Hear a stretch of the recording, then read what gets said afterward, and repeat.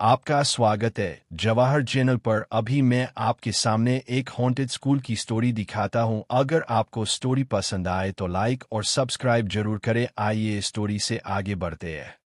गांव से थोड़ी दूर पहाड़ियों और सूखे पेड़ों के बीच एक पुराना स्कूल खड़ा था, सेंट मैरी हाई स्कूल। लोग कहते थे कि वहां कभी बच्चों की हंसी गूंजती थी, लेकिन अब वहां सिर्फ हवा की सीटी और टूटी खिड़कियों की खड़खड़ाहट सुनाई देती है। शाम ढलते ही कोई उस तरफ जाने की हिम्मत नहीं करता था।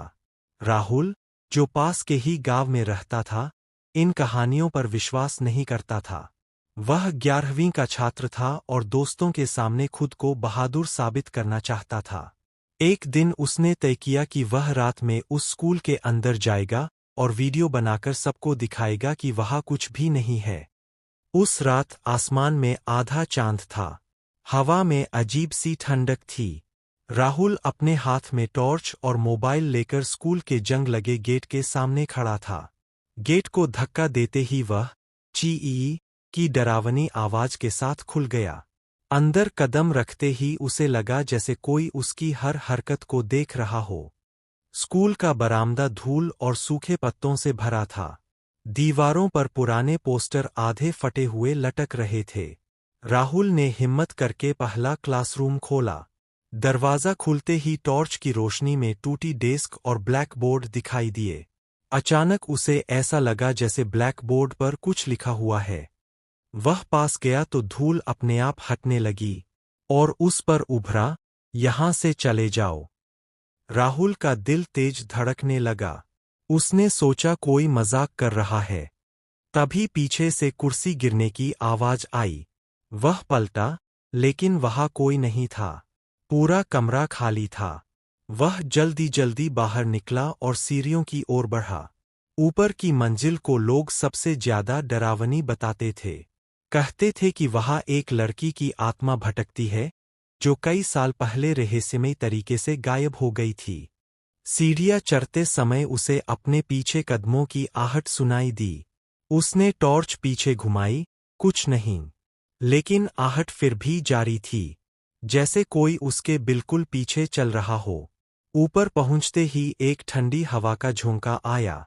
गलियारे की खिड़कियां अपने आप जोर से बंद हो गईं। धड़ाम! आवाज इतनी तेज थी कि राहुल का मोबाइल हाथ से गिर गया। मोबाइल की स्क्रीन पर अपने आप वीडियो रिकॉर्डिंग शुरू हो गई। गलियारे के आखिरी कमरे का दरवाजा आधा खुला था। अंदर से हल्की सी रोशनी आ रही थी, जबकि पूरे स्कूल में बिजली नहीं थी। डर के बावजूद राहुल धीरे धीरे उस कमरे की तरफ बढ़ा। कमरे के अंदर एक पुरानी लकड़ी की मेज पर एक लाल रंग की डायरी रखी थी, जैसे किसी ने अभी अभी वहां रखी हो। राहुल ने कांपते हाथों से डायरी खोली। उसमें एक ही नाम बार बार लिखा था, अनाया, अनाया, अनाया। पीछे से धीमी आवाज आई, तुम मुझे ढूंढ रहे हो? राहुल के रोंगटे खड़े हो गए।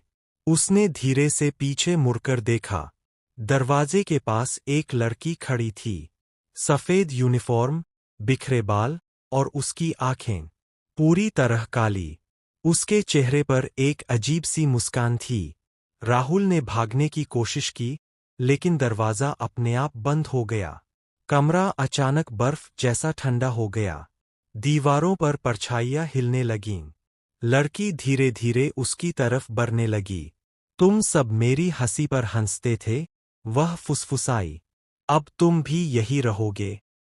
राहुल चीखा और खिड़की की ओर भागा। उसने पूरी ताकत से खिड़की खोली और नीचे कूद गया। नीचे गिरते ही वह बेहोश हो गया। सुबह जब गांव वाले उसे स्कूल के बाहर पड़े हुए मिले, तो वह बुरी तरह कांप रहा था। उसकी आंखें खुली थीं, लेकिन वह किसी को पहचान नहीं रहा था। उसके होंठ बस एक ही नाम दोहरा रहे थे, अनाया, अनाया। गांव वालों ने उसे घर पहुंचाया। कई दिनों तक वह चुप रहा। एक रात अचानक वह अपने कमरे से गायब हो गया। खिड़की खुली थी और बाहर मिट्टी पर छोटे छोटे गीले पैरों के निशान बने थे, जैसे किसी ने उसे बुलाकर साथ ले लिया हो। कुछ दिनों बाद पास से गुजरने वाले लोगों ने पुराने स्कूल की खिड़की में एक नई परछाई देखी। अब वहाँ दो आकृतियां दिखती थीं, एक लड़की की और एक लड़के की। और आज भी जब रात के सन्नाटे में कोई उस स्कूल के पास से गुजरता है, तो बच्चों की धीमी हंसी सुनाई देती है, जैसे कोई अभी भी क्लास शुरू होने का इंतजार कर रहा हो।